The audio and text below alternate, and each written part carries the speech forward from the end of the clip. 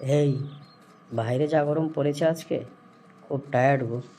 এক কাজ করো, তুমি আজকে রাতের জন্য করলা দিয়ে শুটকি রান্না করে রাখো তো, দুজনে মিলে একসাথে খাবো। তোমার তো শুধু দিনভর খাই আর খাই, খাওয়া ছাড়া আর কোনো তোমার কাজ আছে নাকি?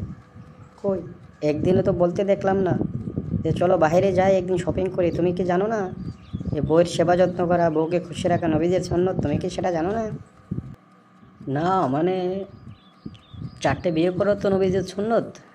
তুমি যদি বলো আমি না হয় আর এক দুটো বিয়ে করেই নিতে পারি, কি বলো তুমি? এতে করে তোমারও লাভ হবে, তোমারও ঘরে কাজ করার জন্য একজনকে তুমি পেয়ে যাবে, আমারও সুন্নত পালন করা হয়ে যাবে।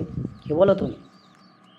থাক থাক, কথায় কথায় তো তোমার শুধু চারটে বিয়ে করার কথাই তোমার মুখে উঠে আসে, তাই না? থাক, বলো কি খাবে? শুটকি আর করলাই তো খাবে রাত্রে, সমস্যা নেই, আমি রান্না করে রাখতেছি। আরও কিছু খাবে নাকি বলো?